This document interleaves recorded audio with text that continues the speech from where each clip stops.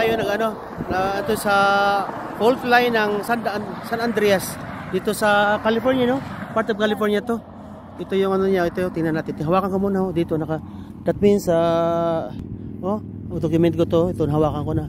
Ito yung lupa niya, ito talaga. Ito totoo to. Ito 'yan, no? See? Grabe. Ito yung canyon doon niya.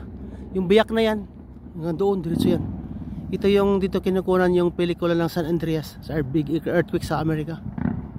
Ito nakasama yung isa pang tour guide natin na kapatid ko.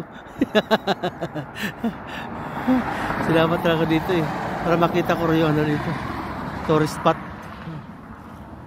Ayan na, ganda nga ako baka wag lang malabindol. Galing pa na ako sa Pilipinas. Sabi ng asawa ng kapatid ko, baka dala ko rin ang lindol. Natakot din pala sa lindol sila Ito malapit lang kasi sa Timera dito sa malapit lang bahay na dito sa San Andreas. Mga siguro 90 kilometers. Okay.